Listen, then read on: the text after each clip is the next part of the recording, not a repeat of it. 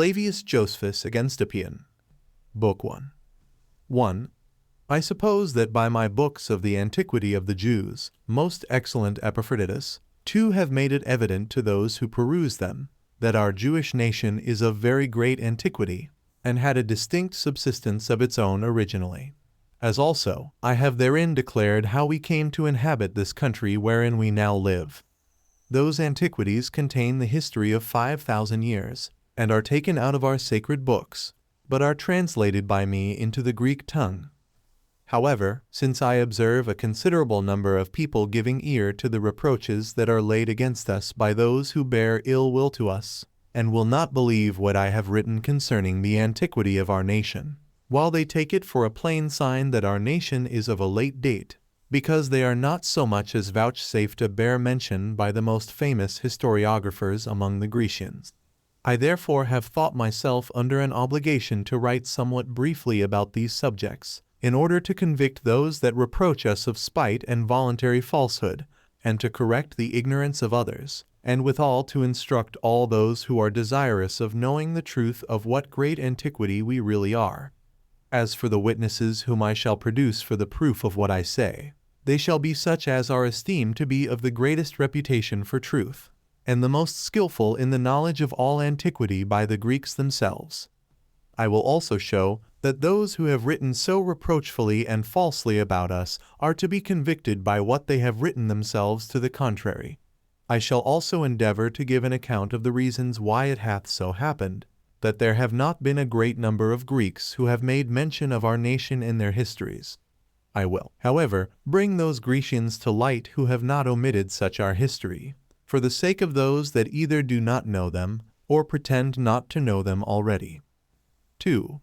And now, in the first place, I cannot but greatly wonder at those men, who suppose that we must attend to none but Grecians, when we are inquiring about the most ancient facts, and must inform ourselves of their truth from them only, while we must not believe ourselves nor other men.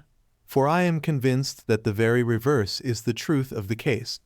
I mean this, if we will not be led by vain opinions, but will make inquiry after truth from facts themselves, for they will find that almost all which concerns the Greeks happened not long ago. Nay, one may say, is of yesterday only. I speak of the building of their cities, the inventions of their arts, and the description of their laws. And as for their care about the writing down of their histories, it is very near the last thing they set about. However, they acknowledge themselves so far, that they were the Egyptians, the Chaldeans, and the Phoenicians, for I will not now reckon ourselves among them that have preserved the memorials of the most ancient and most lasting traditions of mankind. For almost all these nations inhabit such countries as are least subject to destruction from the world about them. And these also have taken especial care to have nothing omitted of what was remarkably done among them. But their history was esteemed sacred, and put into public tables, as written by men of the greatest wisdom they had among them. But as for the place where the Grecians inhabit, 10,000 destructions have overtaken it, and blotted out the memory of former actions, so that they were ever beginning a new way of living, and supposed that every one of them was the origin of their new state. It was also late, and with difficulty, that they came to know the letters they now use. For those who would advance their use of these letters to the greatest antiquity pretend that they learned them from the Phoenicians and from Cadmus. Yet is nobody able to demonstrate that they have any writing preserved from that time, neither in their temples, nor in any other public monuments. This appears because the time when those lived who went to the Trojan War, so many years afterward, is in great doubt, and great inquiry is made, whether the Greeks used their letters at that time, and the most prevailing opinion, and that nearest the truth, is that their present way of using those letters was unknown at that time. However, there is not any writing which the Greeks agree to he genuine among them ancienter than Homer's poems, who must plainly he confessed later than the siege of Troy. Nay, the report goes, that even he did not leave his poems in writing, but that their memory was preserved in songs, and they were put together afterward, and that this is the reason of such a number of variations as are found in them. 3. As for those who set themselves about writing their histories, I mean such as Cadmus of Miletus, and Acusilas of Argos, and any others that may be mentioned as succeeding Acusilas. They lived but a little while before the Persian expedition into Greece. But then, for those that first introduced philosophy, and the consideration of things celestial and divine among them, such as Phersides the Syrian, and Pythagoras, and Thales, all with one consent agree, that they learned what they knew of the Egyptians and Chaldeans, and wrote but little, and these are the things which are supposed to be the oldest of all among the Greeks. And they have much ado to believe that the writings ascribed to those men are genuine. 3. How can it then be other than an absurd thing for the Greeks to be so proud, and to vaunt themselves to be the only people that are acquainted with antiquity, and that have delivered the true accounts of those early times after an accurate manner? Nay, who is there that cannot easily gather from the Greek writers themselves that they knew but little on any good foundation when they set to write, but rather wrote their histories from their own conjectures? Accordingly, they confute one another in their own books to purpose, and are not ashamed, to give us the most contradictory accounts of the same things. And I should spend my time to little purpose, if I should pretend to teach the Greeks that which they know better than I already. What a great disagreement there is between Hellanicus and Acusilas about their genealogies! In how many eases Acusilas corrects Hesiod, or after what manner Ephorus demonstrates Hellanicus to have told lies in the greatest part of his history, as does Timaeus in like manner as to Ephorus, and the succeeding writers do to Timaeus, and all the later writers do to Herodotus. 3. Nor could Timaeus agree with Antiochus and Philistius, or with Callias, about the Sicilian history, no more than do the several writers of the Atheid follow one another about the Athenian affairs. Nor do the historians the like, that wrote the Argolics, about the affairs of the Argives. And now what need I say any more about particular cities and smaller places, while in the most approved writers of the expedition of the Persians, and of the actions which were therein performed, there are so great differences? Nay, Thucydides himself is accused of some as writing what is false, although he seems to have given us the exactest history of the affairs of his own time. 4. As for the occasions of so great disagreement of theirs, there may be assigned many that are very probable, if any have a mind to make an inquiry about them. But I ascribe these contradictions chiefly to 2 causes, which I will now mention, and still think what I shall mention in the first place to be the principal of all. For if we remember that in the beginning the Greeks had taken no care to have public records of their several transactions preserved, this must for certain have afforded those that would afterward write about those ancient transactions the opportunity of making mistakes, and the power of making lies also. For this original recording of such ancient transactions hath not only been neglected by the other states of Greece, but even among the Athenians themselves also, who pretend to be aborigines, and to have applied themselves to learning. There are no such records extant.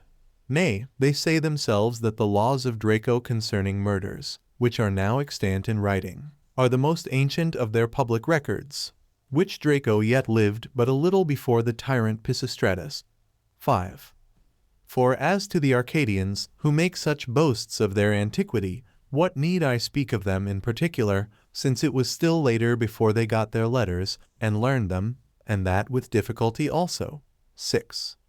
5. There must therefore naturally arise great differences among writers, when they had no original records to lay for their foundation, which might at once inform those who had an inclination to learn, and contradict those that would tell lies. However, we are to suppose a second occasion besides the former of these contradictions. It is this, that those who were the most zealous to write history were not solicitous for the discovery of truth, although it was very easy for them always to make such a profession. But their business was to demonstrate that they could write well, and make an impression upon mankind thereby. And in what manner of writing they thought they were able to exceed others, to that did they apply themselves. Some of them betook themselves to the writing of fabulous narrations. Some of them endeavored to please the cities or the kings, by writing in their commendation. Others of them fell to finding faults with transactions, or with the writers of such transactions, and thought to make a great figure by so doing. And indeed these do what is of all things the most contrary to true history. For it is the great character of true history that all concerned therein both speak and write the same things, while these men, by writing differently about the same things, think they shall be believed to write with the greatest regard to truth. We therefore, who are Jews, must yield to the Grecian writers as to language and eloquence of composition. But then we shall give them no such preference as to the verity of ancient history, and least of all as to that part which concerns the affairs of our own several countries. 6. As to the care of writing down the records from the earliest antiquity among the Egyptians and Babylonians, that the priests were entrusted therewith, and employed a philosophical concern about it, that they were the Chaldean priests that did so among the Babylonians, and that the Phoenicians, who were mingled among the Greeks, did especially make use of their letters, both for the common affairs of life, and for the delivering down the history of common transactions, I think I may omit any proof, because all men allow it so to be. But now as to our forefathers, that they took no less care about writing such records, for I will not say they took greater care than the others I spoke of, and that they committed that matter to their high priests and to their prophets, and that these records have been written all along down to our own times with the utmost accuracy. Nay, if it be not too bold for me to say it, our history will be so written hereafter. I shall endeavor briefly to inform you. 7. For our forefathers did not only appoint the best of these priests, and those that attended upon the divine worship, for that design from the beginning, but made provision that the stock of the priests should continue unmixed and pure. For he who is partaker of the priesthood must propagate of a wife of the same nation, without having any regard to money or any other dignities. But he is to make a scrutiny, and take his wife's genealogy from the ancient tables, and procure many witnesses to it. 7. And this is our practice not only in Judea, but wheresoever any body of men of our nation do live, and even there an exact catalogue of our priests' marriages is kept. I mean at Egypt and at Babylon, or in any other place of the rest of the habitable earth, whithersoever our priests are scattered. For they send to Jerusalem the ancient names of their parents in writing, as well as those of their remoter ancestors, and signify who are the witnesses also. But if any war falls out, such as have fallen out a great many of them already, when Antiochus Epiphanes made an invasion upon our country, as also when Pompey the Great and Quintilius Varus did so also, and principally in the wars that have happened in our own times, those priests that survive them compose new tables of genealogy out of the old records, and examine the circumstances of the women that remain. For still they do not admit of those that have been captives, as suspecting that they had conversation with some foreigners. But what is the strongest argument of our exact management in this matter is what I am now going to say, that we have the names of our high priests from father to son set down in our records for the interval of 2,000 years, and if any of these have been transgressors of these rules, they are prohibited to present themselves at the altar, or to be partakers of any other of our purifications.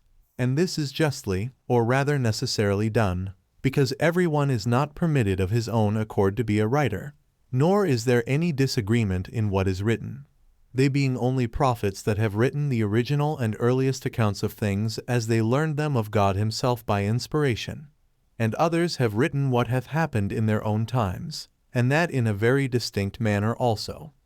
8.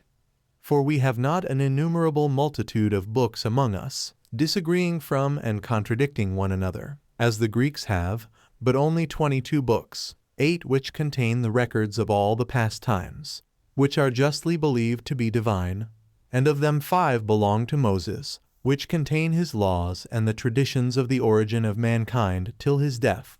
This interval of time was little short of 3,000 years.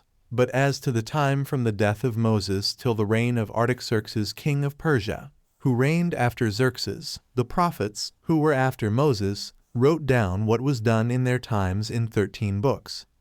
The remaining 4 books contain hymns to God, and precepts for the conduct of human life. It is true, our history hath been written since Artaxerxes very particularly, but hath not been esteemed of the like authority with the former by our forefathers, because there hath not been an exact succession of prophets since that time.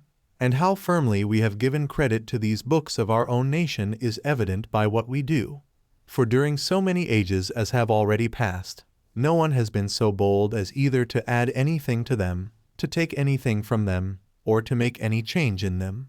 But it is become natural to all Jews immediately, and from their very birth, to esteem these books to contain divine doctrines, and to persist in them, and, if occasion be willingly, to die for them.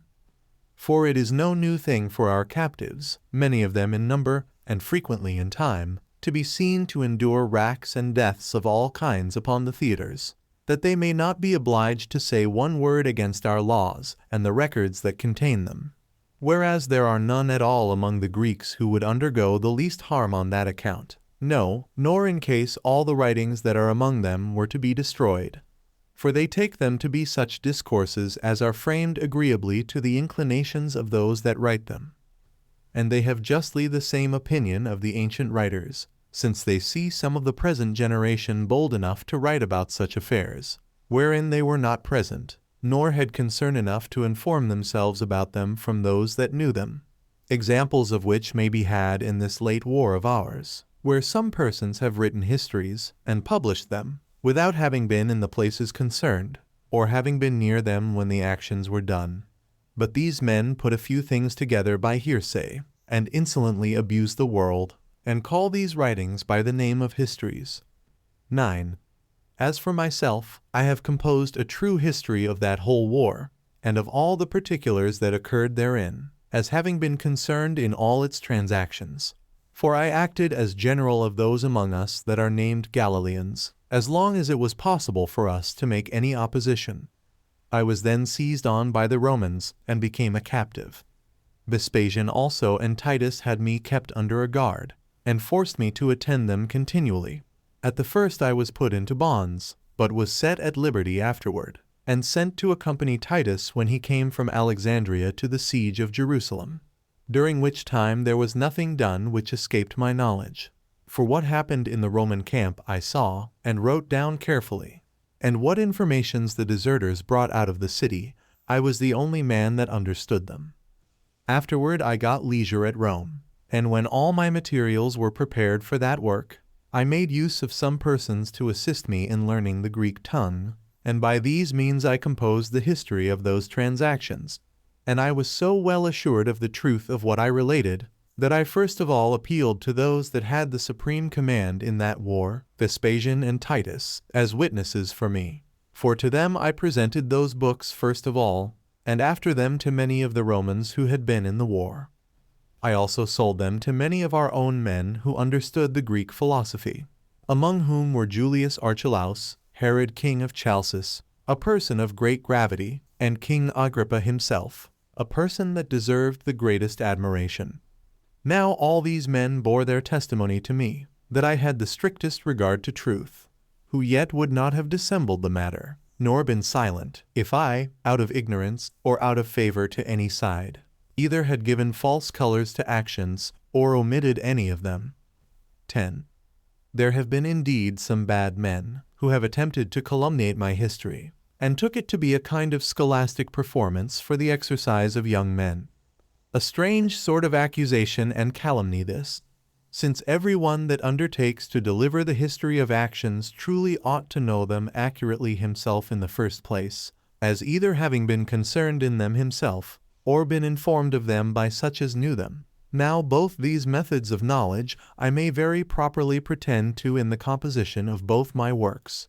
For, as I said, I have translated the antiquities out of our sacred books, which I easily could do, since I was a priest by my birth, and have studied that philosophy which is contained in those writings, and for the history of the war, I wrote it as having been an actor myself in many of its transactions, an eyewitness in the greatest part of the rest, and was not unacquainted with anything whatsoever that was either said or done in it. How impudent then must those deserve to be esteemed that undertake to contradict me about the true state of those affairs, who, although they pretend to have made use of both the emperor's own memoirs, yet could not they he acquainted with our affairs who fought against them. 11. This digression I have been obliged to make out of necessity, as being desirous to expose the vanity of those that profess to write histories.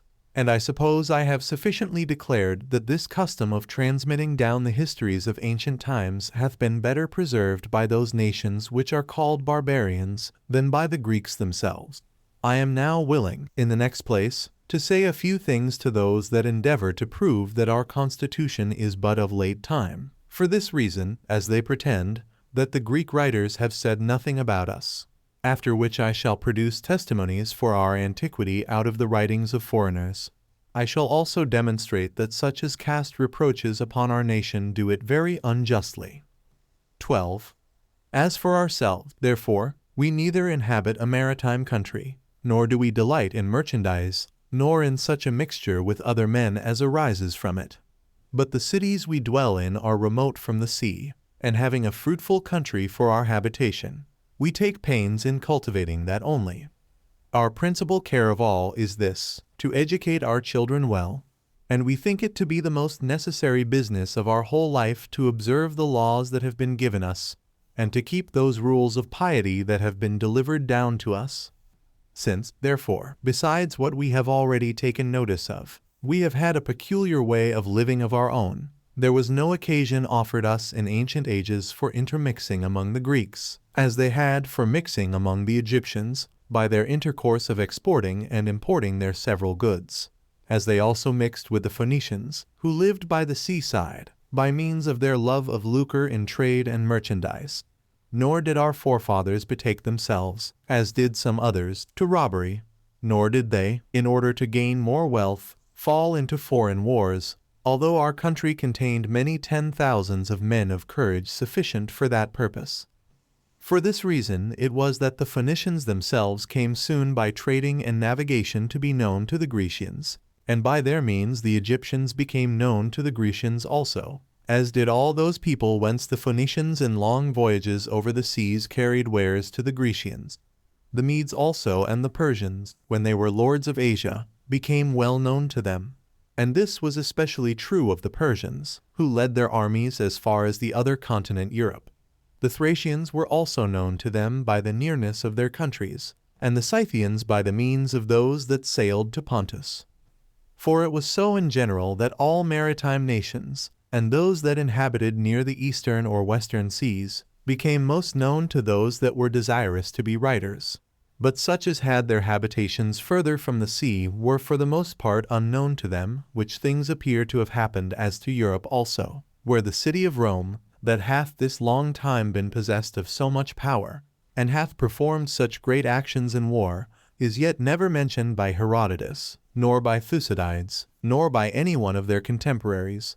And it was very late, and with great difficulty, that the Romans became known to the Greeks.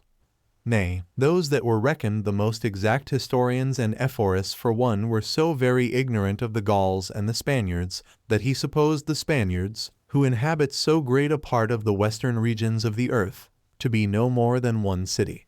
Those historians also have ventured to describe such customs as were made use of by them, which they never had either done or said. And the reason why these writers did not know the truth of their affairs was this, that they had not any commerce together. But the reason why they wrote such falsities was this, that they had a mind to appear to know things which others had not known. How can it then be any wonder, if our nation was no more known to many of the Greeks, nor had given them any occasion to mention them in their writings, while they were so remote from the sea, and had a conduct of life so peculiar to themselves? 13. Let us now put the case, therefore, that we made use of this argument concerning the Grecians, in order to prove that their nation was not ancient, because nothing is said of them in our records. Would not they laugh at us all, and probably give the same reasons for our silence that I have now alleged, and would produce their neighbor nations as witnesses to their own antiquity?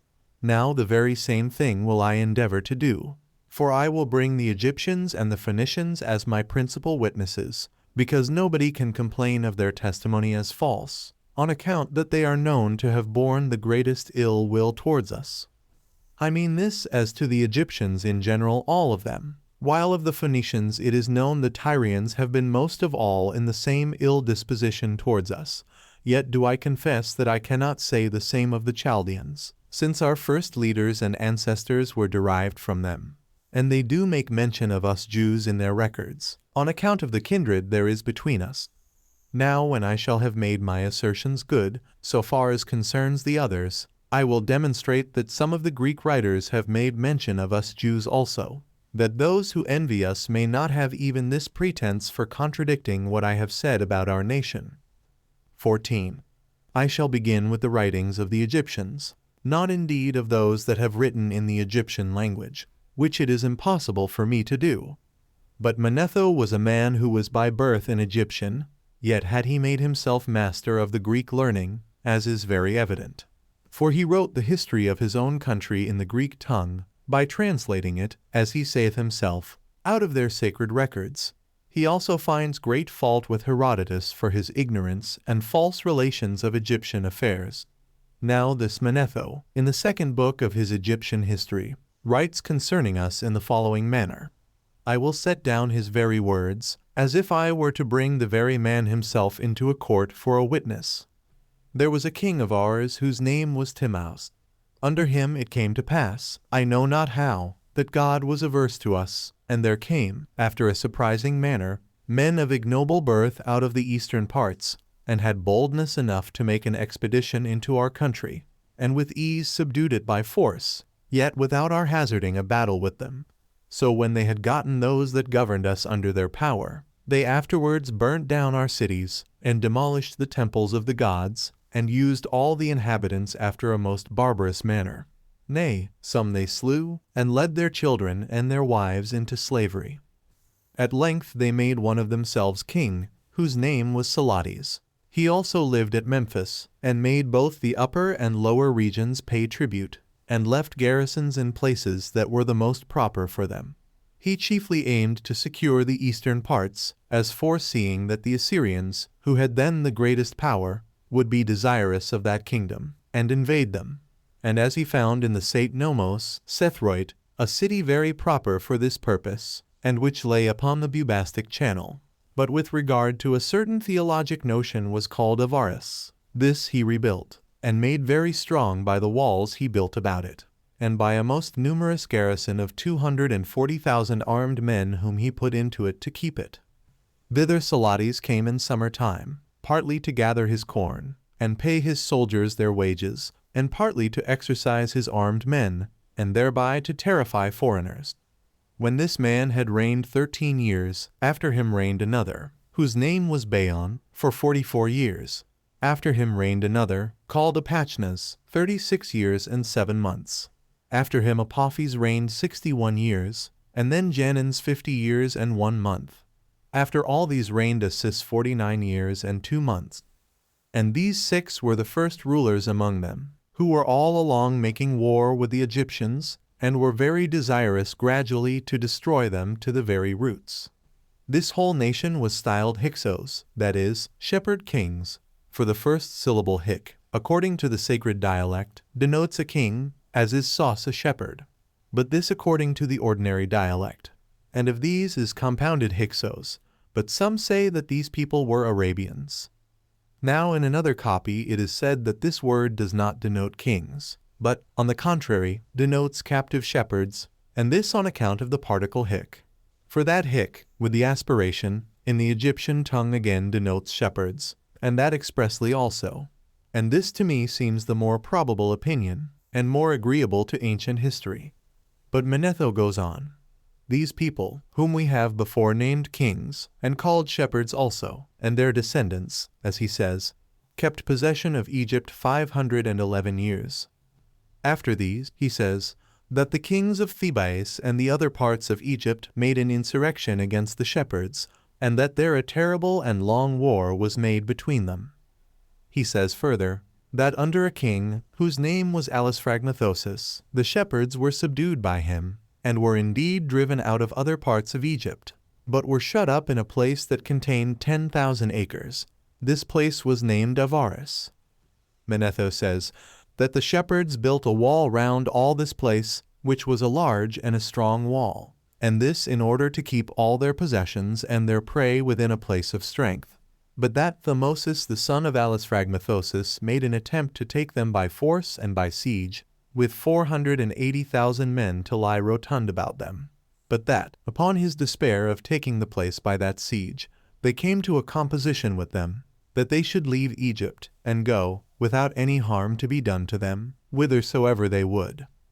And that, after this composition was made, they went away with their whole families and effects, not fewer in number than 240,000, and took their journey from Egypt, through the wilderness, for Syria, but that as they were in fear of the Assyrians, who had then the dominion over Asia, they built a city in that country which is now called Judea, and that large enough to contain this great number of men, and called it Jerusalem. 9. Now Manetho, in another book of his, says, that this nation, thus called shepherds, were also called captives in their sacred books. And this account of his is the truth. For feeding of sheep was the employment of our forefathers in the most ancient ages 10, and as they led such a wandering life in feeding sheep, they were called shepherds. Nor was it without reason that they were called captives by the Egyptians, since one of our ancestors, Joseph, told the king of Egypt that he was a captive, and afterwards sent for his brethren into Egypt by the king's permission. But as for these matters, I shall make a more exact inquiry about them elsewhere. 11. 15. But now I shall produce the Egyptians as witnesses to the antiquity of our nation. I shall therefore here bring in Manetho again, and what he writes as to the order of the times in this case. And thus he speaks. When this people or shepherds were gone out of Egypt to Jerusalem, Tethtuses the king of Egypt, who drove them out, reigned afterward 25 years and 4 months, and then died. After him his son Chebron took the kingdom for 13 years, after whom came Amenophes for 20 years and 7 months. Then came his sister Amyses for 21 years and 9 months. After her came Mephres for 12 years and 9 months. After him was Mephremethoses for 25 years and 10 months. After him was Thmoses for 9 years and 8 months. After him came Amenophes for 30 years and 10 months. After him came Oris for 36 years and 5 months. Then came his daughter Asenchers for 12 years and 1 month. Then was her brother Rathodes for 9 years. Then was Asenchers for 12 years and 5 months. Then came another Asenchers for 12 years and 3 months. After him Armis for 4 years and 1 month. After him was Rameses for 1 year and 4 months. After him came Armis's Maimon for 66 years and 2 months. After him Amenophes for 19 years and 6 months. After him came Sethoses and Rameses, who had an army of horse and a naval force. This king appointed his brother, Armis, to be his deputy over Egypt. In another copy it stood thus: After him came Sethoses and Rameses, 2 brethren, the former of whom had a naval force, and in a hostile manner destroyed those that met him upon the sea. But as he slew Rameses in no long time afterward, so he appointed another of his brethren to be his deputy over Egypt. He also gave him all the other authority of a king, but with these only injunctions, that he should not wear the diadem, nor be injurious to the queen, the mother of his children, and that he should not meddle with the other concubines of the king. While he made an expedition against Cyprus and Phoenicia, and besides against the Assyrians and the Medes, he then subdued them all, some by his arms, some without fighting, and some by the terror of his great army. And being puffed up by the great successes he had had, he went on still the more boldly, and overthrew the cities and countries that lay in the eastern parts. But after some considerable time, Armis, who was left in Egypt, did all those very things, by way of opposition, which his brother had forbid him to do, without fear.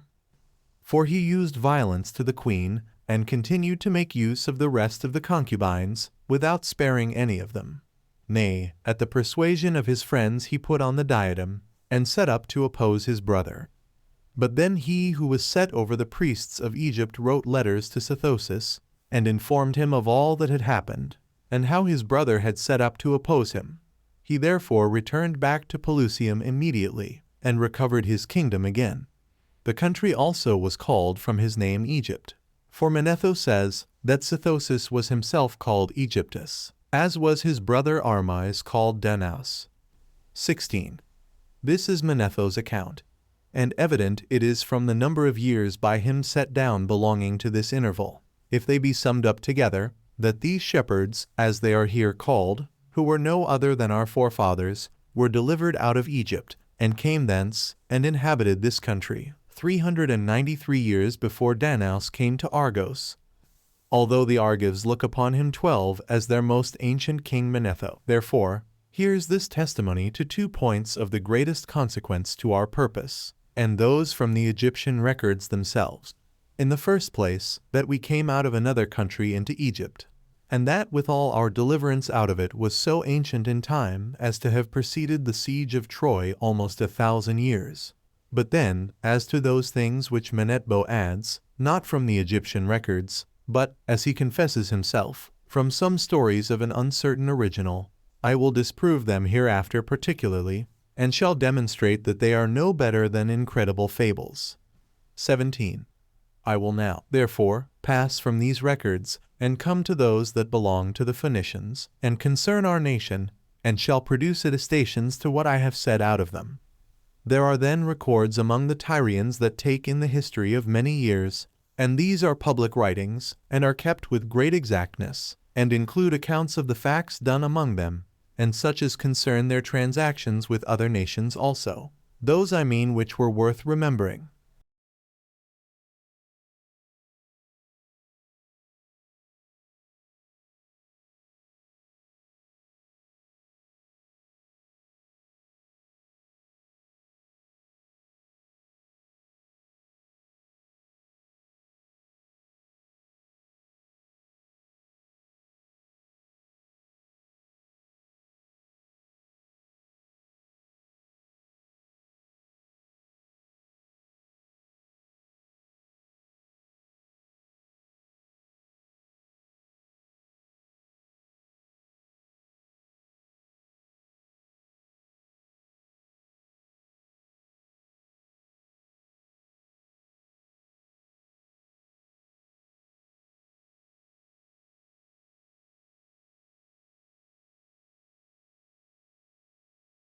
But there was another passion, a philosophic inclination of theirs, which cemented the friendship that was betwixt them.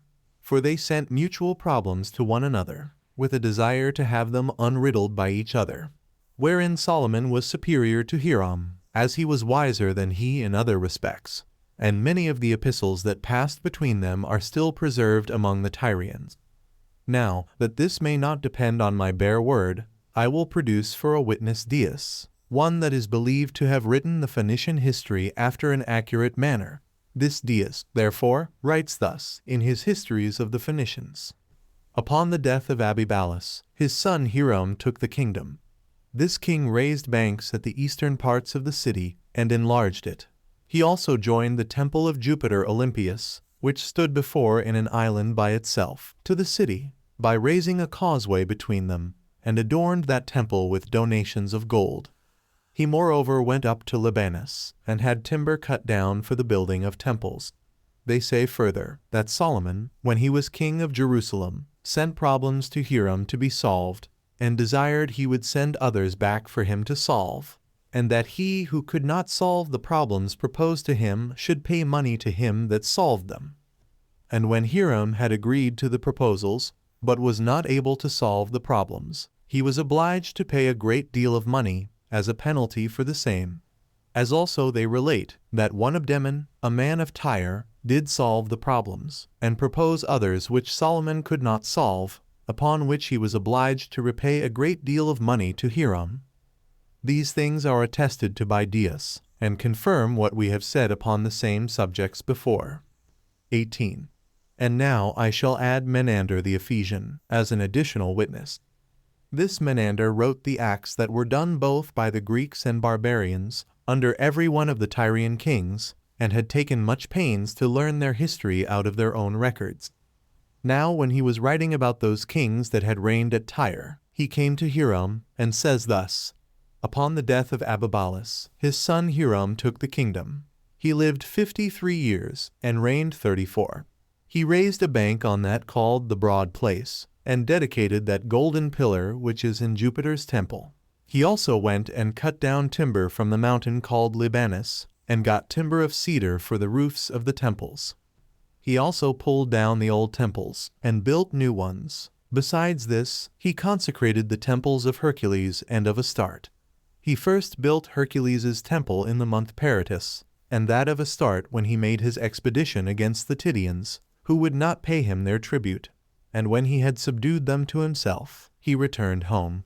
Under this king there was a younger son of Abdon, who mastered the problems which Solomon king of Jerusalem had recommended to be solved. Now the time from this king to the building of Carthage is thus calculated. Upon the death of Hiram, Belshazzar his son took the kingdom. He lived 43 years, and reigned 7 years. After him succeeded his son Abdestardas. He lived 29 years, and reigned 9 years. Now 4 sons of his nurse plotted against him and slew him, the eldest of whom reigned 12 years. After them came Astartes, the son of Dilistardas. He lived 54 years, and reigned 12 years. After him came his brother Asaramus. He lived 54 years, and reigned 9 years.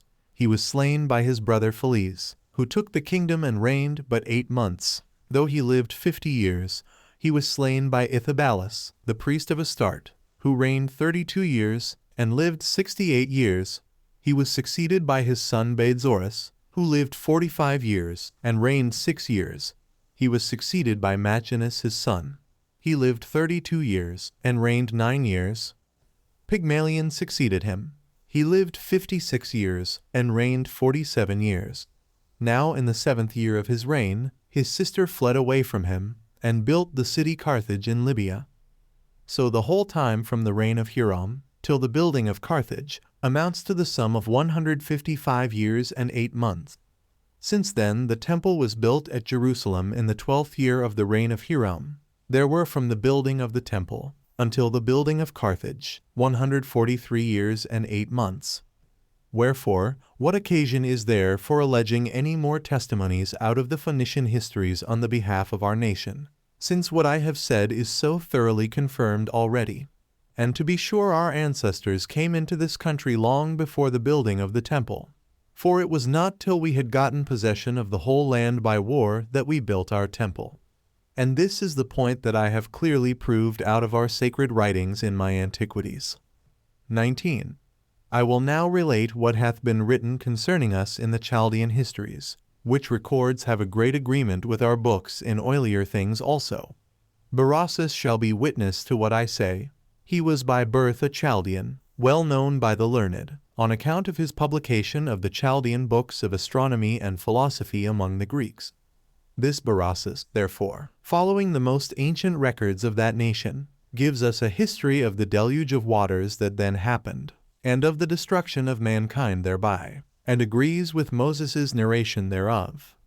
He also gives us an account of that ark wherein Noah, the origin of our race, was preserved, when it was brought to the highest part of the Armenian mountains, after which he gives us a catalogue of the posterity of Noah, and adds the years of their chronology, and at length comes down to Nabal-Assar, who was king of Babylon and of the Chaldeans.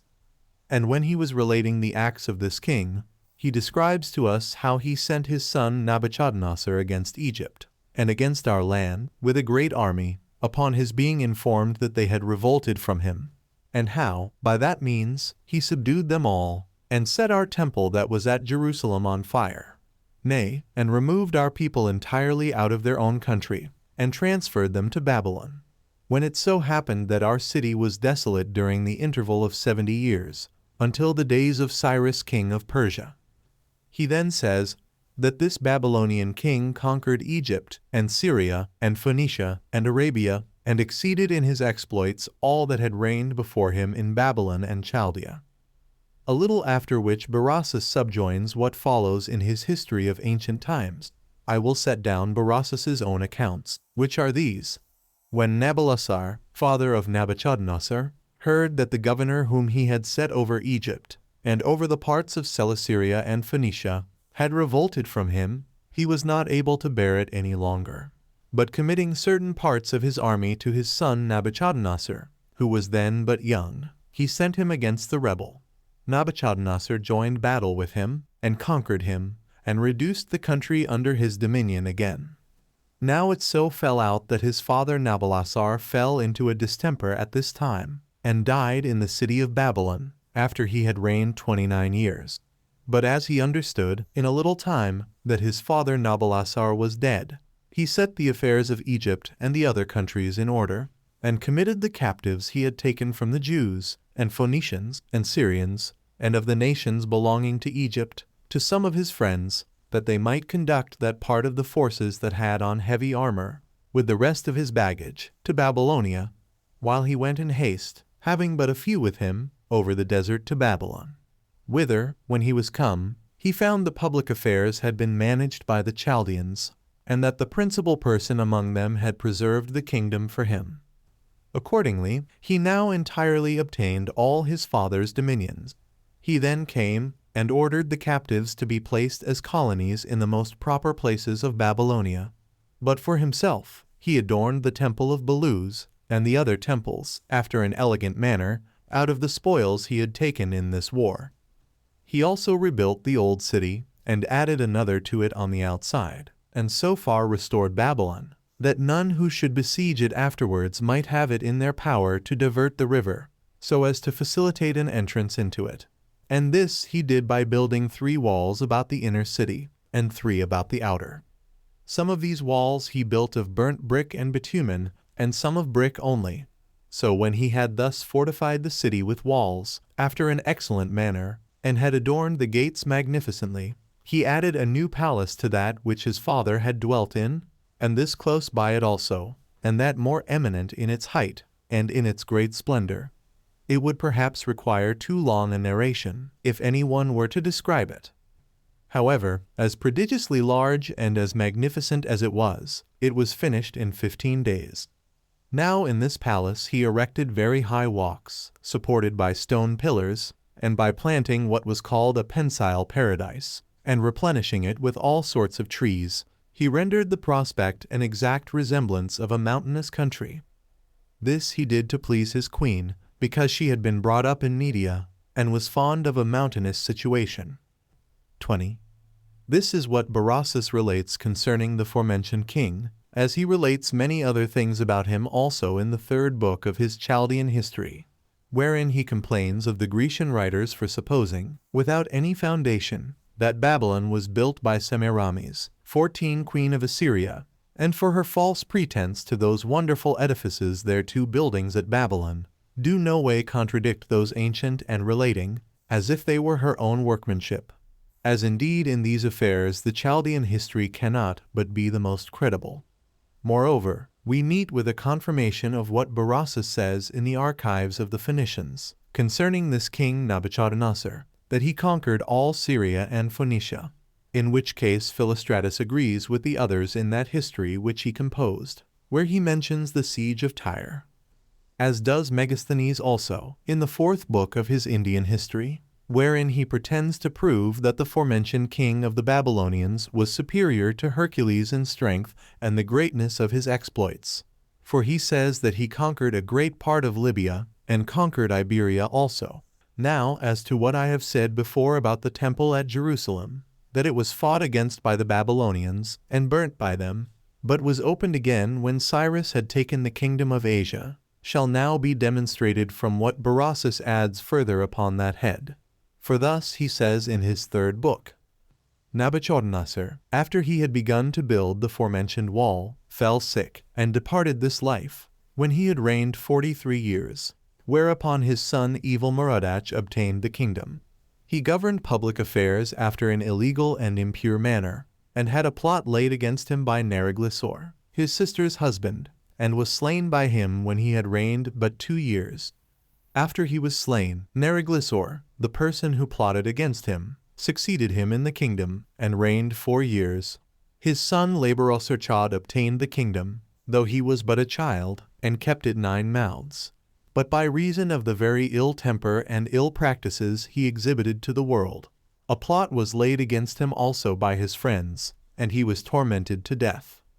After his death, the conspirators got together, and by common consent put the crown upon the head of Nabonidus, a man of Babylon, and one who belonged to that insurrection. In his reign it was that the walls of the city of Babylon were curiously built with burnt brick and bitumen. But when he was come to the 17th year of his reign, Cyrus came out of Persia with a great army, and having already conquered all the rest of Asia, he came hastily to Babylonia. When Nabonidus perceived he was coming to attack him, he met him with his forces, and joining battle with him was beaten, and fled away with a few of his troops with him, and was shut up within the city Borsippas.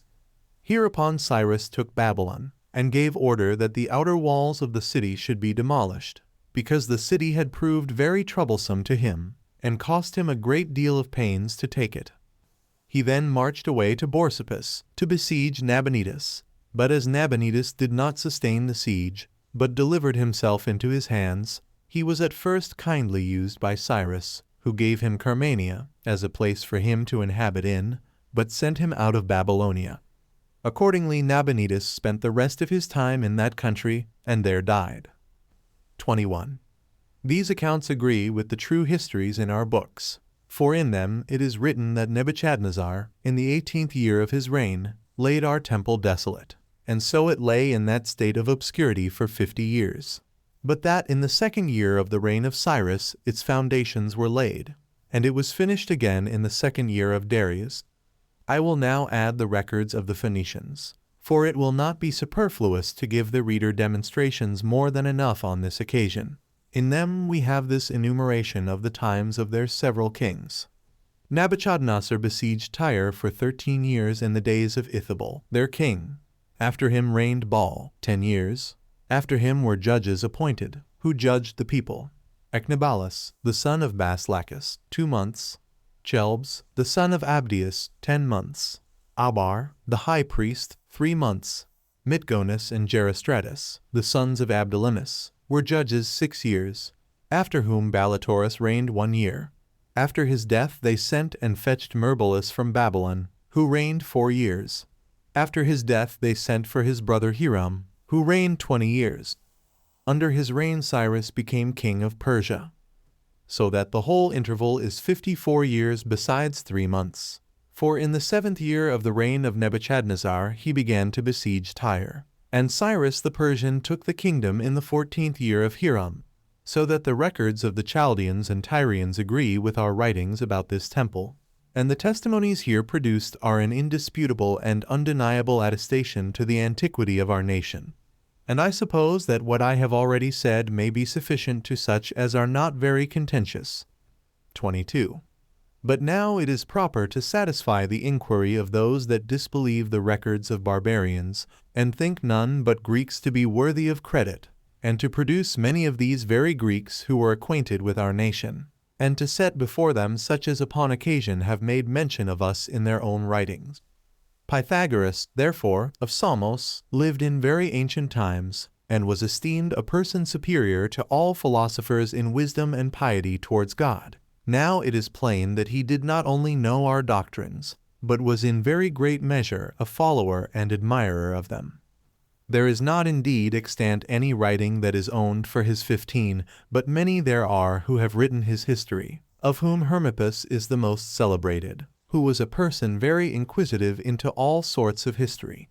Now this Hermippus, in his first book concerning Pythagoras, speaks thus: that Pythagoras, upon the death of one of his associates, whose name was Caliphon, a Crotonlate by birth, affirmed that this man's soul conversed with him both night and day, and enjoined him not to pass over a place where an ass had fallen down, as also not to drink of such waters as caused thirst again, and to abstain from all sorts of reproaches. After which he adds thus: this he did and said in imitation of the doctrines of the Jews and Thracians, which he transferred into his own philosophy. For it is very truly affirmed of this Pythagoras, that he took a great many of the laws of the Jews into his own philosophy. Nor was our nation unknown of old to several of the Grecian cities, and indeed was thought worthy of imitation by some of them. This is declared by Theophrastus in his writings concerning laws. For he says that the laws of the Tyrians forbid men to swear foreign oaths, among which he enumerates some others, and particularly that called Corban, which oath can only be found among the Jews. and declares what a man may call a thing devoted to God. Nor indeed was Herodotus of Halicarnassus unacquainted with our nation, but mentions it after a way of his own, when he saith thus, in the second book concerning the Colchians. His words are these: The only people who were circumcised in their privy members originally were the Colchians, the Egyptians, and the Ethiopians. But the Phoenicians and those Syrians that are in Palestine confess that they learned it from the Egyptians. And for those Syrians who live about the rivers Thermodon and Parthenius, and their neighbors the Macrians, they say they have lately learned it from the Colchians. For these are the only people that are circumcised among mankind, and appear to have done the very same thing with the Egyptians. But as for the Egyptians and Ethiopians themselves, I am not able to say which of them received it from the other. This therefore is what Herodotus says, that the Syrians that are in Palestine are circumcised. But there are no inhabitants of Palestine that are circumcised excepting the Jews, and therefore it must be his knowledge of them that enabled him to speak so much concerning them. Charillus also, a still ancienter writer, and a poet, 16 makes mention of our nation, and informs us that it came to the assistance of King Xerxes in his expedition against Greece. For in his enumeration of all those nations, he last of all inserts ours among the rest, when he says, At the last there passed over a people, wonderful to be beheld. For they spake the Phoenician tongue with their mouths. They dwelt in the Solomon mountains, near a broad lake, their heads were sooty. They had round razors on them. Their heads and faces were like nasty horse heads also, that had been hardened in the smoke. I think, therefore, that it is evident to every body that Charillus means us, because the Solomon mountains are in our country, wherein we inhabit, as is also the lake called Asphaltitis. For this is a broader and larger lake than any other that is in Syria, and thus does Charillus make mention of us. But now that not only the lowest sort of the Grecians, but those that are had in the greatest admiration for their philosophic improvements among them, did not only know the Jews, but when they lighted upon any of them, admired them also, it is easy for anyone to know. For Clearchus, who was the scholar of Aristotle, and inferior to no one of the Peripatetics whomsoever, in his first book concerning sleep, says that Aristotle his master related what follows of a Jew, and sets down Aristotle's own discourse with him. The account is this, as written down by him. Now, for a great part of what this Jew said, it would be too long to recite it. But what includes in it both wonder and philosophy, it may not be amiss to discourse of. Now, that I may be plain with thee, Hyperochides, I shall herein seem to thee to relate wonders, and what will resemble dreams themselves. Hereupon Hyperochides answered modestly, and said, For that very reason it is that all of us are very desirous of hearing what thou art going to say. Then replied Aristotle, For this cause it will be the best way to imitate that rule of the rhetoricians, which requires us first to give an account of the man, and of what nation he was, that so we may not contradict our master's directions. Then said Hyperochides, Go on, if it so pleases thee. This man then, answered Aristotle, was by birth a Jew, and came from Celesyria. These Jews are derived from the Indian philosophers. They are named by the Indians Kalami, and by the Syrians Judae, and took their name from the country they inhabit, which is called Judea. But for the name of their city, it is a very awkward one, for they call it Jerusalem. Now this man, when he was hospitably treated by a great many, came down from the upper country to the places near the sea, and became a Grecian, not only in his language, but in his soul also, insomuch that when we ourselves happened to be in Asia about the same places whither he came, he conversed with us, and with other philosophical persons, and made a trial of our skill in philosophy. And as he had lived with many learned men, he communicated to us more information than he received from us. This is Aristotle's account of the matter, as given us by Clearchus, which Aristotle discoursed also particularly of the great and wonderful fortitude of this Jew in his diet, and continent way of living, as those that please may learn more about him from Clearchus's book itself, for I avoid setting down any more than is sufficient for my purpose. Now Clearchus said this by way of digression, for his main design was of another nature. But for Hecatæus of Abdera, who was both a philosopher and one very useful, ill and active life. He was contemporary with King Alexander in his youth, and afterward was with Ptolemy, the son of Lagus. He did not write about the Jewish affairs by the by only, but composed an entire book concerning the Jews themselves, out of which book I am willing to run over a few things, of which I have been treating by way of epitome.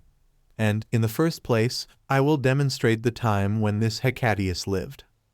For he mentions the fight that was between Ptolemy and Demetrius about Gaza, which was fought in the 11th year after the death of Alexander, and in the 117th Olympiad, as Castor says in his history. For when he had set down this Olympiad, he says further, that in this Olympiad Ptolemy, the son of Lagus, beat in battle Demetrius, the son of Antigonus, who was named Poliorcetes, at Gaza. Now, it is agreed by all that Alexander died in the 114th Olympiad. It is therefore evident that our nation flourished in his time, and in the time of Alexander. Again, Hecatæus says to the same purpose, as follows. Ptolemy got possession of the places in Syria after that battle at Gaza, and many, when they heard of Ptolemy's moderation and humanity, went along with him to Egypt, and were willing to assist him in his affairs, one of whom Hecatæus says was Hezekiah 17, the high priest of the Jews, a man of about 66 years of age, and in great dignity among his own people. He was a very sensible man, and could speak very movingly, and was very skillful in the management of affairs, if any other man ever were so. Although, as he says, all the priests of the Jews took tithes of the products of the earth, and managed public affairs, and were in number not above 1,500 at the most. Hecatæus mentions this Hezekiah a second time, and says that, as he was possessed of so great a dignity, and was become familiar with us, so did he take certain of those that were with him, and explain to them all the circumstances of their people, for he had all their habitations and polity down in writing.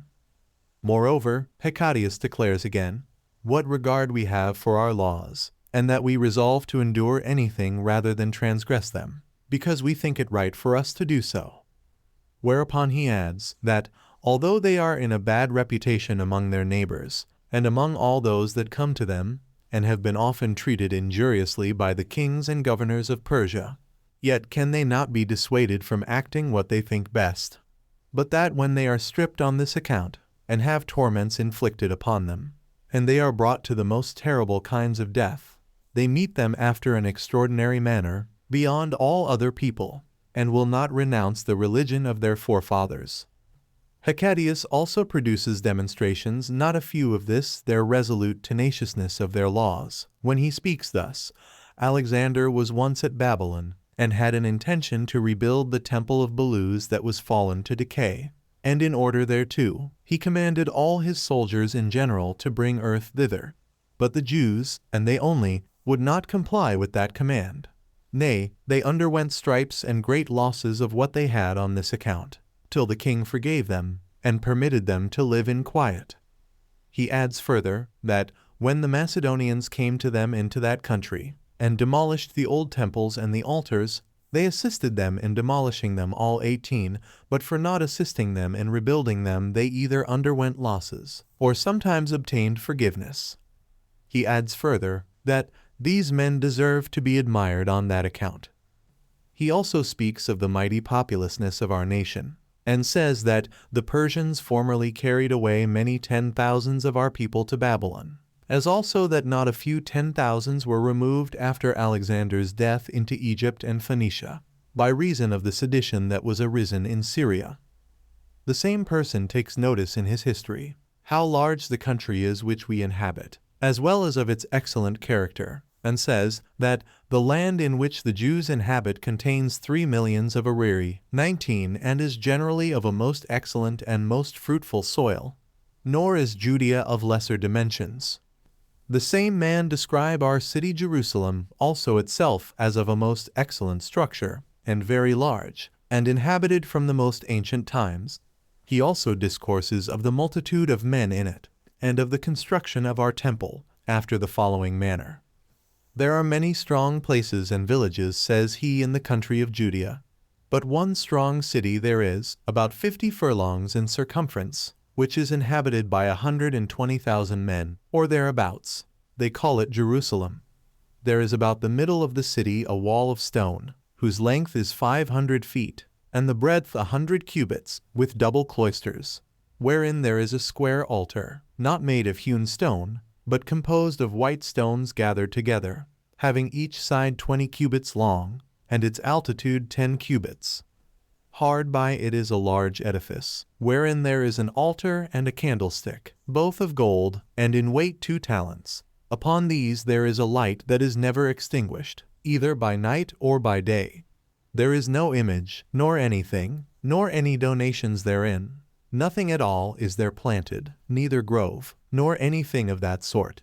The priests abide therein both nights and days, performing certain purifications, and drinking not the least drop of wine while they are in the temple. Moreover, he attests that we Jews went as auxiliaries along with King Alexander, and after him with his successors. I will add further what he says he learned when he was himself with the same army, concerning the actions of a man that was a Jew. His words are these: As I was myself going to the Red Sea, there followed us a man, whose name was Mosalem. He was one of the Jewish horsemen who conducted us. He was a person of great courage, of a strong body, and by all allowed to be the most skillful archer that was either among the Greeks or barbarians. Now this man, as people were in great numbers passing along the road, and a certain augur was observing an augury by a bird, and requiring them all to stand still, inquired what they stayed for.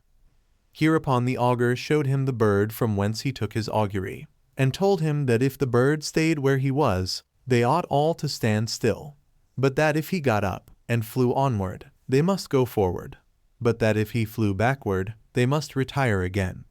Mosalem made no reply, but drew his bow, and shot at the bird, and hit him, and killed him.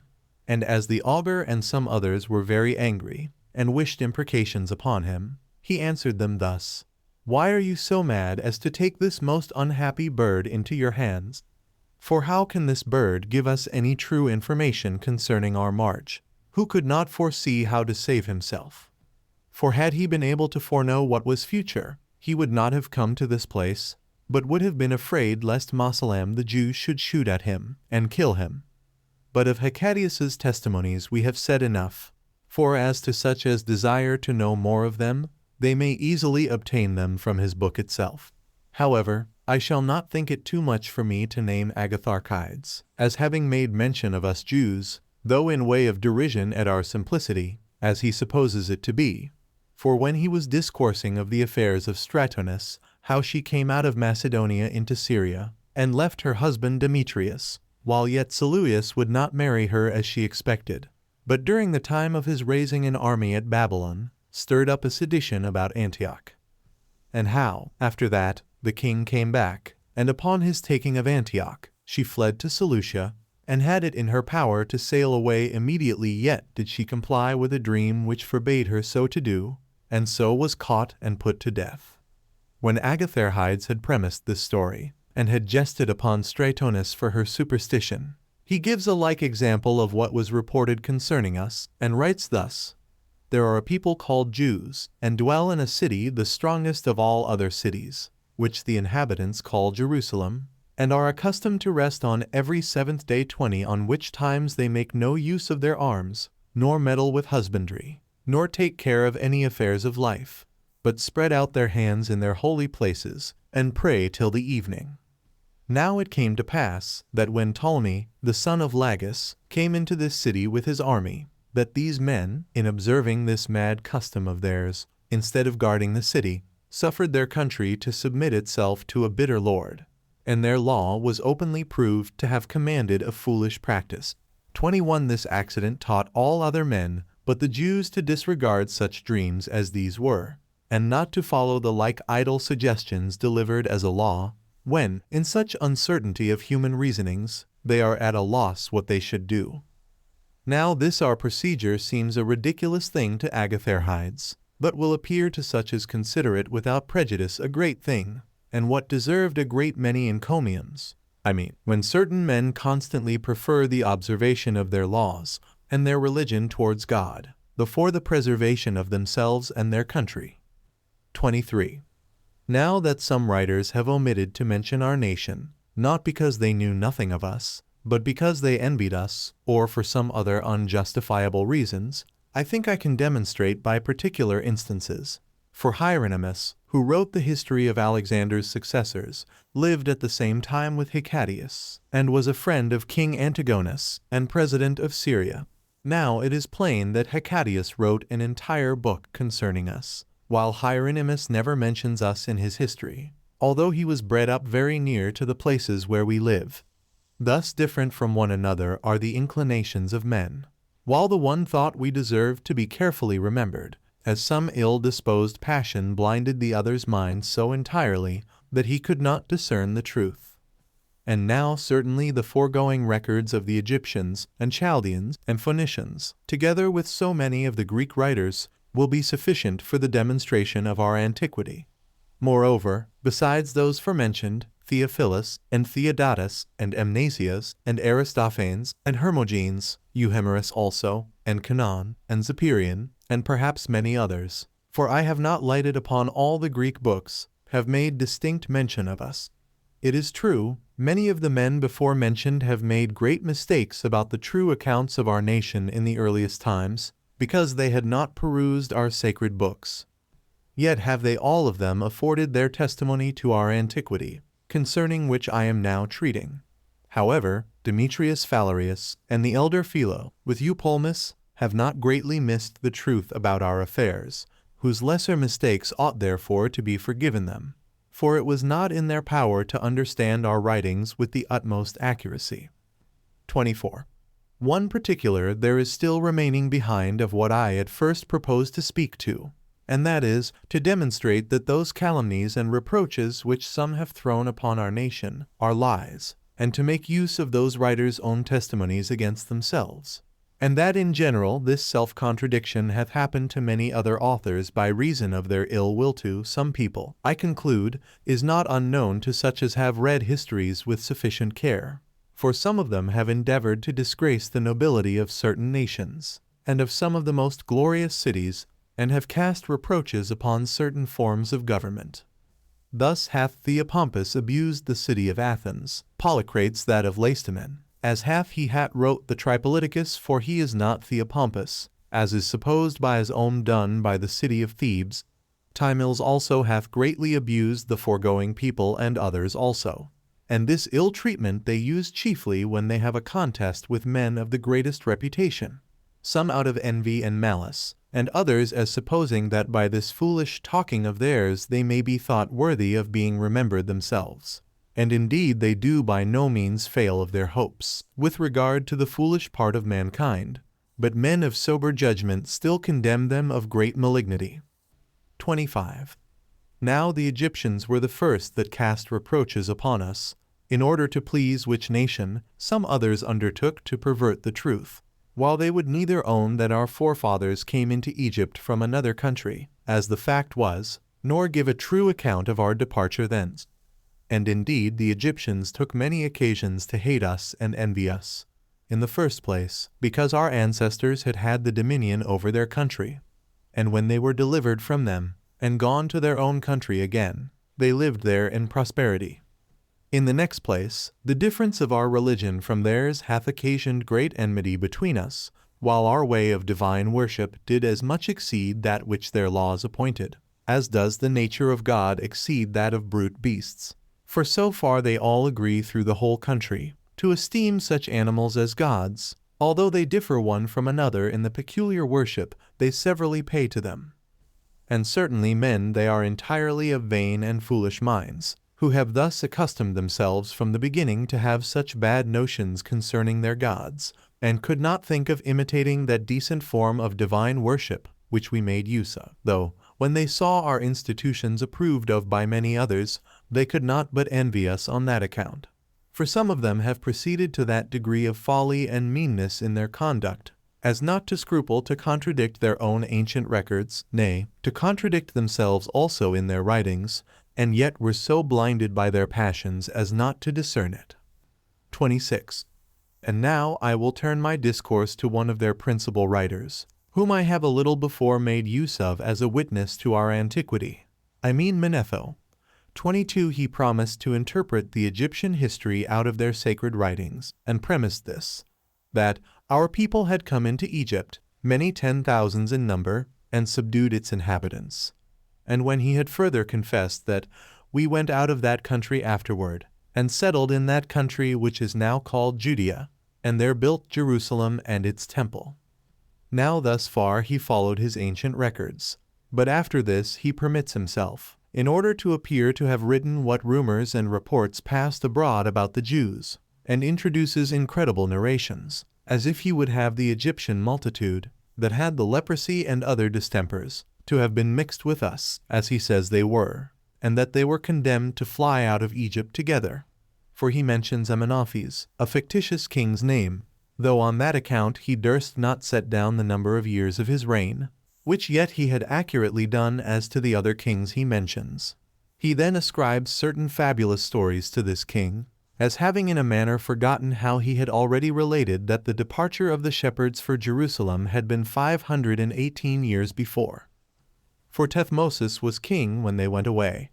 Now, from his days, the reigns of the intermediate kings, according to Manetho, amounted to 393 years, as he says himself, till the two brothers Sethos and Hermias, the one of whom, Sethos, was called by that other name of Egyptus, and the other, Hermias, by that of Danaus.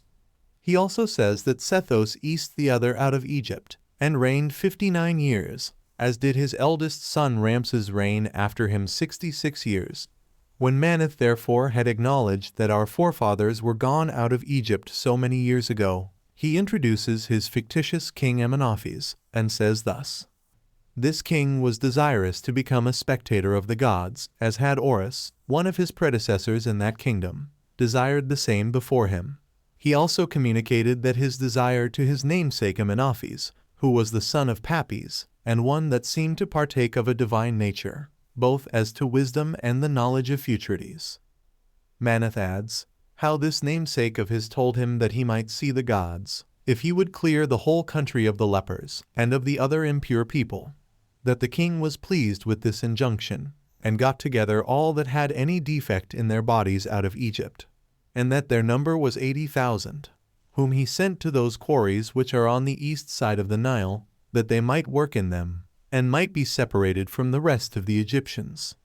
He says further, that there were some of the learned priests that were polluted with the leprosy, but that still this Amenophes, the wise man and the prophet, was afraid that the gods would be angry at him and at the king, if there should appear to have been violence offered them, who also added this further, out of his sagacity about futurities, that certain people would come to the assistance of these polluted wretches, and would conquer Egypt, and keep it in their possession 13 years. That, however, he durst not tell the king of these things, but that he left a writing behind him about all those matters, and then slew himself, which made the king disconsolate. After which he writes thus verbatim: After those that were sent to work in the quarries had continued in that miserable state for a long while, the king was desired that he would set apart the city of Ardis, which was then left desolate of the shepherds, for their habitation and protection, which desire he granted them. Now this city, according to the ancient theology, was Typho's city. But when these men were gotten into it, and found the place fit for a revolt, they appointed themselves a ruler out of the priests of Hellopolis, whose name was Osarceph, and they took their oaths that they would be obedient to him in all things. He then, in the first place, made this law for them, that they should neither worship the Egyptian gods, nor should abstain from any one of those sacred animals which they have in the highest esteem, but kill and destroy them all, that they should join themselves to nobody but to those that were of this confederacy. When he had made such laws as these, and many more such as were mainly opposite to the customs of the Egyptians, 23 he gave order that they should use the multitude of the hands they had in building walls about their city, and make themselves ready for a war with King Amenophes, while he did himself take into his friendship the other priests, and those that were polluted with them, and sent ambassadors to those shepherds who had been driven out of the land by Thutmosis to the city called Jerusalem, whereby he informed them of his own affairs, and of the state of those others that had been treated after such an ignominious manner, and desired that they would come with one consent to his assistance in this war against Egypt. He also promised that he would, in the first place, bring them back to their ancient city and country of Aras, and provide a plentiful maintenance for their multitude, that he would protect them and fight for them as occasion should require, and would easily reduce the country under their dominion. These shepherds were all very glad of this message, and came away with alacrity altogether, being in number 200,000 men. And in a little time they came to Avaris. And now Amenophis the king of Egypt, upon his being informed of their invasion, was in great confusion, as calling to mind what Amenophis, the son of Papis, had foretold him.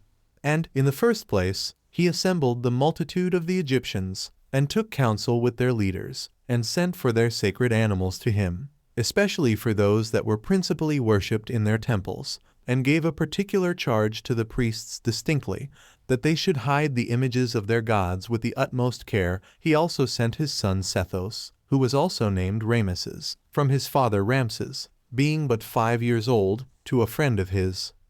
He then passed on with the rest of the Egyptians, being 300,000 of the most warlike of them, against the enemy, who met them. Yet did he not join battle with them, but thinking that would be to fight against the gods, he returned back and came to Memphis, where he took a piece and the other sacred animals which he had sent for to him, and presently marched into Ethiopia, together with his whole army and multitude of Egyptians. For the king of Ethiopia was under an obligation to him, on which account he received him, and took care of all the multitude that was with him, while the country supplied all that was necessary for the food of the men. He also allotted cities and villages for this exile, that was to be from its beginning during those fatally determined 13 years. Moreover, he pitched a camp for his Ethiopian army, as a guard to King Amenophis, upon the borders of Egypt. And this was the state of things in Ethiopia. But for the people of Jerusalem, when they came down together with the polluted Egyptians, they treated the men in such a barbarous manner, that those who saw how they subdued the forementioned country, and the horrid wickedness they were guilty of, thought it a most dreadful thing. For they did not only set the cities and villages on fire, but were not satisfied till they had been guilty of sacrilege, and destroyed the images of the gods, and used them in roasting those sacred animals that used to be worshipped, and forced the priests and prophets to be the executioners and murderers of those animals, and then ejected them naked out of the country. It was also reported that the priest, who ordained their polity and their laws, was by birth of Helipals, and his name Osiris, from Osiris, who was the god of Helipals. But that when he was gone over to these people, his name was changed, and he was called Moses. 27. This is what the Egyptians relate about the Jews, with much more, which I omit for the sake of brevity. But still Manetho goes on, that, after this, Amenophis returned back from Ethiopia with a great army, as did his son Ahamses with another army also, and that both of them joined battle with the shepherds and the polluted people, and beat them, and slew a great many of them, and pursued them to the bounds of Syria. These and the like accounts are written by Manetho, but I will demonstrate that he trifles and tells errant lies, after I have made a distinction which will relate to what I am going to say about him. For this Manetho had granted and confessed that this nation was not originally Egyptian, but that they had come from another country, and subdued Egypt, and then went away again out of it. But that those Egyptians who were thus diseased in their bodies were not mingled with us afterward, and that Moses who brought the people out was not one of that company, but lived many generations earlier, I shall endeavor to demonstrate from Manetho's own accounts themselves. 28. Now, for the first occasion of this fiction, Manetho supposes what is no better than a ridiculous thing. For he says that King Amenophis desired to see the gods. What god, I pray, did he desire to see? If he meant the gods whom their laws ordained to be worshipped, the ox, the goat, the crocodile, and the baboon, he saw them already. But for the heavenly gods, how could he see them? And what should occasion this his desire? To be sure, it was because another king before him had already seen them. He had then been informed what sort of gods they were, and after what manner they had been seen, insomuch that he did not stand in need of any new artifice for obtaining this sight. However, the prophet by whose means the king thought to compass his design was a wise man. If so, how came he not to know that such his desire was impossible to be accomplished? For the event did not succeed. And what pretense could there be to suppose that the gods would not be seen by reason of the people's maims in their bodies, or leprosy? For the gods are not angry at the imperfection of bodies, but at wicked practices. And as to 80,000 lepers, and those in an ill state also, how is it possible to have them gathered together in one day? Nay, how came the king not to comply with the prophet? For his injunction was, that those that were maimed should be expelled out of Egypt, while the king only sent them to work in the quarries, as if he were rather in want of laborers than intended to purge his country. He says further, that this prophet slew himself, as foreseeing the anger of the gods, and those events which were to come upon Egypt afterward, and that he left this prediction for the king in writing. Besides, how came it to pass that this prophet did not foreknow his own death at the first? Nay, how came he not to contradict the king in his desire to see the gods immediately? How came that unreasonable dread upon him of judgments that were not to happen in his lifetime? Or what worse thing could he suffer, out of the fear of which he made haste to kill himself? But now let us see the silliest thing of all. The king, although he had been informed of these things, and terrified with the fear of what was to come, yet did not he even then eject these maimed people out of his country, when it had been foretold him that he was to clear Egypt of them. But, as Manetho says, he then, upon their request, gave them that city to inhabit, which had formerly belonged to the shepherds, and was called Avaris, whither when they were gone in crowds, he says, they chose one that had formerly been priest of Helipals, and that this priest first ordained that they should neither worship the gods, nor abstain from those animals that were worshipped by the Egyptians, but should kill and eat them all, and should associate with nobody but those that had conspired with them, and that he bound the multitude by oaths to be sure to continue in those laws, and that when he had built a wall about Avaris, he made war against the king. Manetho adds also that this priest sent to Jerusalem to invite that people to come to his assistance, and promised to give them Avaris, for that it had belonged to the forefathers of those that were coming from Jerusalem, and that when they were come, they made a war immediately against the king, and got possession of all Egypt. He says also that the Egyptians came with an army of 200,000 men, and that Amenophes, the king of Egypt, not thinking that he ought to fight against the gods, ran away presently into Ethiopia, and committed Apis and certain other of their sacred animals to the priests, and commanded them to take care of preserving them.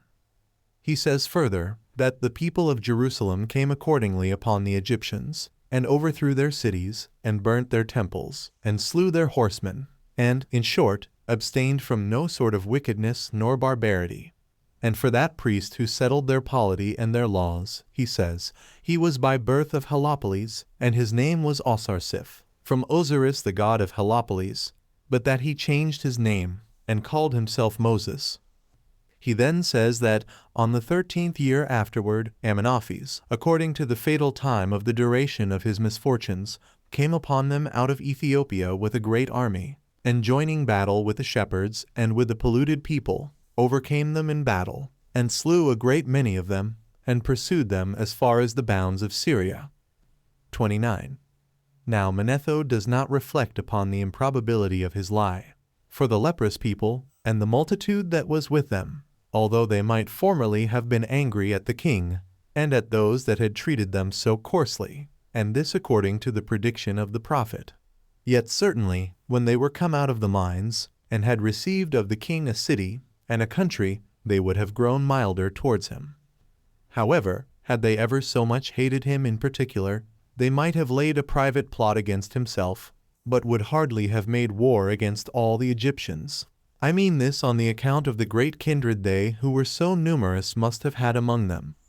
Nay still, if they had resolved to fight with the men, they would not have had impudence enough to fight with their gods, nor would they have ordained laws quite contrary to those of their own country, and to those in which they had been bred up themselves. Yet are we beholden to Manetho, that he does not lay the principal charge of this horrid transgression upon those that came from Jerusalem, but says that the Egyptians themselves were the most guilty, and that they were their priests that contrived these things, and made the multitude take their oaths for doing so. But still, how absurd is it to suppose that none of these people's own relations or friends should be prevailed with to revolt, nor to undergo the hazards of war with them, while these polluted people were forced to send to Jerusalem, and bring their auxiliaries from thence. What friendship, I pray, or what relation was there formerly between them that required this assistance? On the contrary, these people were enemies, and greatly differed from them in their customs. He says, indeed, that they complied immediately, upon their praising them that they should conquer Egypt, as if they did not themselves very well know that country out of which they had been driven by force. Now had these men been in want, or lived miserably, perhaps they might have undertaken so hazardous an enterprise. But as they dwelt in a happy city, and had a large country, and one better than Egypt itself, how came it about that, for the sake of those that had of old been their enemies, of those that were maimed in their bodies, and of those whom none of their own relations would endure, they should run such hazards in assisting them? For they could not foresee that the king would run away from them. On the contrary, he saith himself that Amenophis' son had 300,000 men with him, and met them at Pelusium. Now, to be sure, those that came could not be ignorant of this, but for the king's repentance and flight, how could they possibly guess at it? He then says that those who came from Jerusalem and made this invasion got the granaries of Egypt into their possession, and perpetrated many of the most horrid actions there.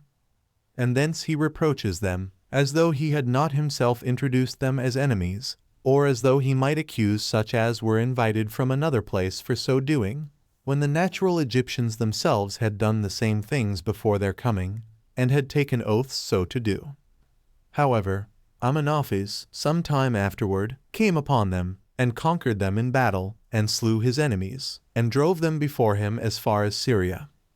As if Egypt were so easily taken by people that came from any place whatsoever, and as if those that had conquered it by war, when they were informed that Amenophis was alive, did neither fortify the avenues out of Ethiopia into it, although they had great advantages for doing it, nor did get their other forces ready for their defense, but that he followed them over the sandy desert, and slew them as far as Syria, while yet it is wrought an easy thing for an army to pass over that country, even without fighting.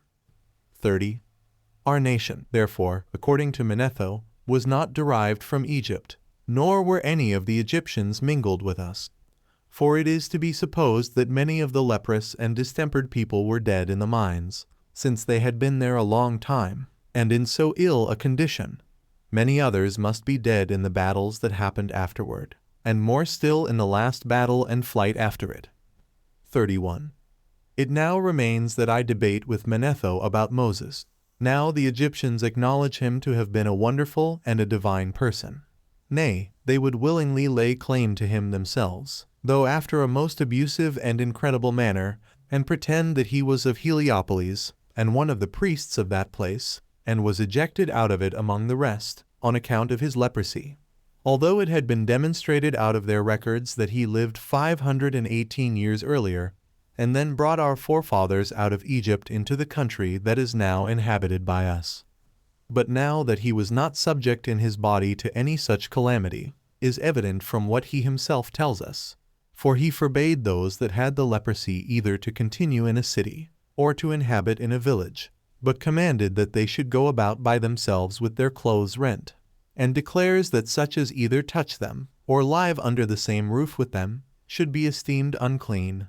Nay, more, if any one of their disease be healed, and he recover his natural constitution again, he appointed them certain purifications, and washings with spring water, and the shaving off all their hair, and enjoins that they shall offer many sacrifices, and those of several kinds, and then at length to be admitted into the holy city. Although it were to be expected that, on the contrary, if he had been under the same calamity, he should have taken care of such persons beforehand, and have had them treated after a kinder manner, as affected with a concern for those that were to be under the like misfortunes with himself. Nor was it only those leprous people for whose sake he made these laws, but also for such as should be maimed in the smallest part of their body, who yet are not permitted by him to officiate as priests. Nay, although any priest, already initiated, should have such a calamity fall upon him afterward, he ordered him to be deprived of his honor of officiating. How can it then be supposed that Moses should ordain such laws against himself, to his own reproach and damage who so ordained them?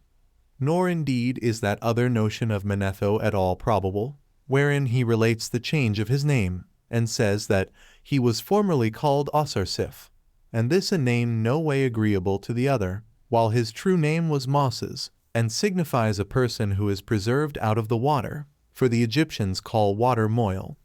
I think, therefore, I have made it sufficiently evident that Manetho, while he followed his ancient records, did not much mistake the truth of the history, but that when he had recourse to fabulous stories, without any certain author, he either forged them himself, without any probability, or else gave credit to some men who spake so out of their ill will to us.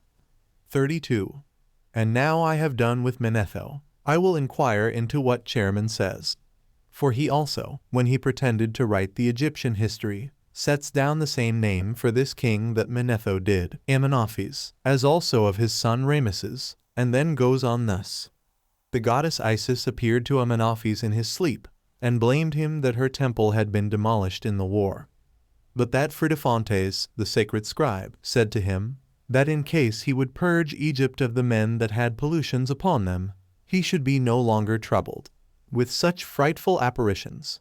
That Amenophis accordingly chose out 250,000 of those that were thus diseased, and cast them out of the country. That Moses and Joseph were scribes, and Joseph was a sacred scribe, that their names were Egyptian originally, that of Moses had been Tisithan, and that of Joseph, Pediseph, that these two came to Pelusium, and lighted upon 380,000 that had been left there by Amenophis, he not being willing to carry them into Egypt. That these scribes made a league of friendship with them, and made with them an expedition against Egypt, that Amenophis could not sustain their attacks, but fled into Ethiopia, and left his wife with child behind him, who lay concealed in certain caverns, and there brought forth a son, whose name was Messene, and who, when he was grown up to man's estate, pursued the Jews into Syria, being about 200,000, and then received his father Amenophis out of Ethiopia. 33. This is the account Chairman gives us. Now I take it for granted that what I have said already hath plainly proved the falsity of both these narrations. For had there been any real truth at the bottom, it was impossible they should so greatly disagree about the particulars. But for those that invent lies, what they write will easily give us very different accounts, while they forge what they please out of their own heads. Now Manetho says that the king's desire of seeing the gods was the origin of the ejection of the polluted people. But Chairman feigns that it was a dream of his own, sent upon him by Isis, that was the occasion of it. Manetho says that the person who foreshowed this purgation of Egypt to the king was Amenophis, but this man says it was Phridiphontes. As to the numbers of the multitude that were expelled, they agree exceedingly well 24, the former reckoning them 80,000, and the latter about 250,000. Now, for Manetho, he describes those polluted persons as sent first to work in the quarries, and says that the city of Aris was given them for their habitation. As also he relates that it was not till after they had made war with the rest of the Egyptians that they invited the people of Jerusalem to come to their assistance, while Chairman says only that they were gone out of Egypt, and lighted upon 380,000 men about Pelusium, who had been left there by Amenophis, and so they invaded Egypt with them again. That thereupon Amenophis fled into Ethiopia. But then this Chairman commits a most ridiculous blunder in not informing us who this army of so many 10,000s were, or whence they came, whether they were native Egyptians, or whether they came from a foreign country. Nor indeed has this man, who forged a dream from Isis about the leprous people, assigned the reason why the king would not bring them into Egypt. Moreover, Chairman sets down Joseph as driven away at the same time with Moses, who yet died 4 generations 25 before Moses, which 4 generations make almost 170 years. Besides all this, Rameses, the son of Amenophis, by Manetho's account, was a young man, and assisted his father in his war, and left the country at the same time with him, and fled into Ethiopia.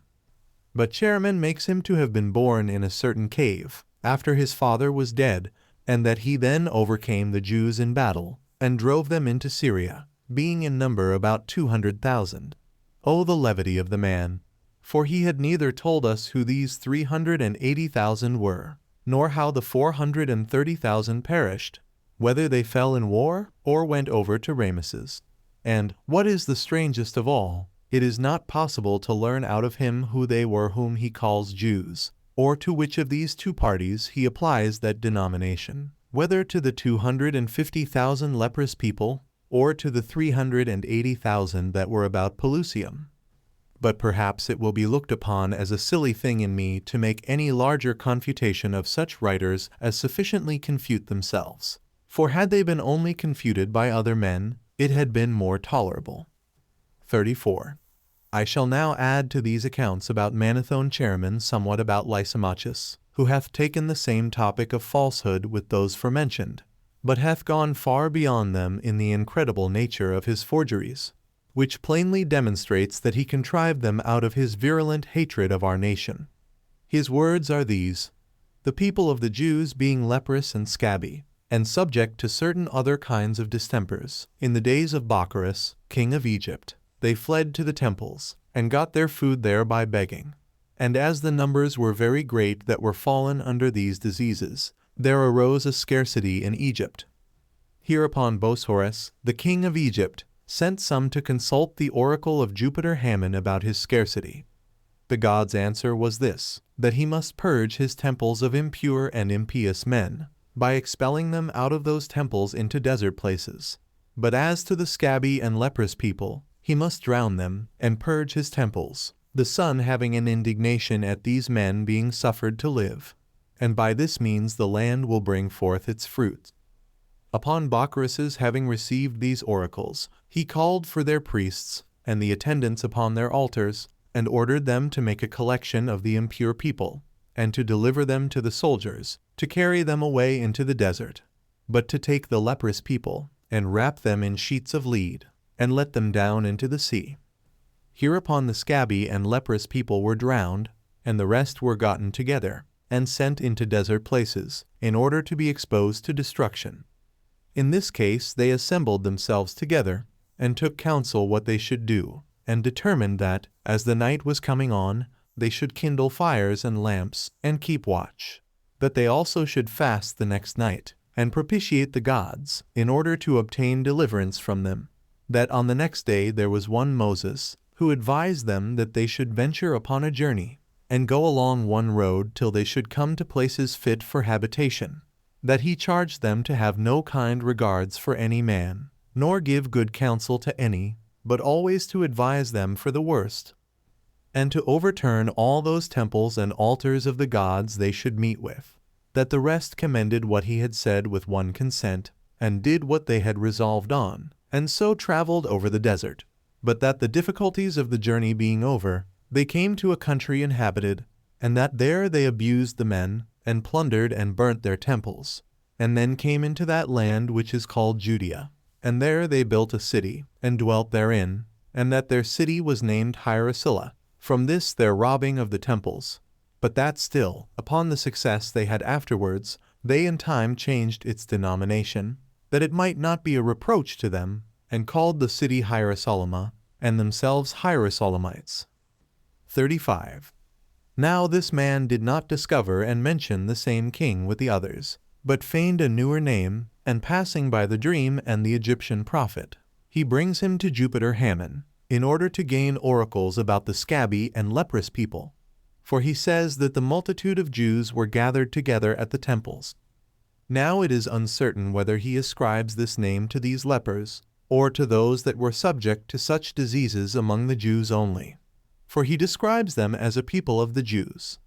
What people does he mean? Foreigners, or those of that country? Why then dost thou call them Jews, if they were Egyptians? But if they were foreigners, why dost thou not tell us whence they came?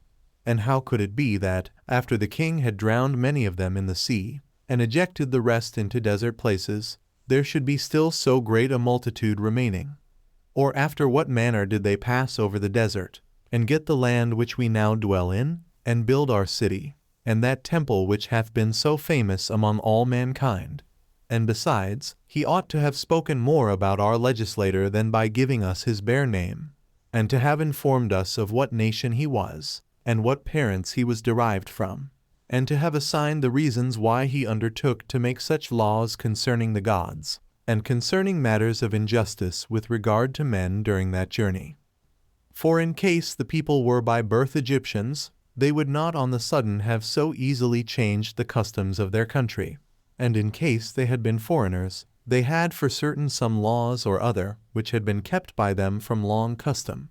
It is true that with regard to those who had ejected them, they might have sworn never to bear good will to them, and might have had a plausible reason for so doing. But if these men resolved to wage an implacable war against all men, in case they had acted as wickedly as he relates of them, and this while they wanted the assistance of all men, this demonstrates a kind of mad conduct indeed, but not of the men themselves, but very greatly so of him that tells such lies about them. He hath also impudence enough to say that a name, implying robbers of the temples, 26 was given to their city, and that this name was afterward changed, the reason of which is plain, that the former name brought reproach and hatred upon them in the times of their posterity, while, it seems, those that built the city thought they did honor to the city by giving it such a name. So we see that this fine fellow had such an unbounded inclination to reproach us, that he did not understand that robbery of temples is not expressed by the same word and name among the Jews as it is among the Greeks.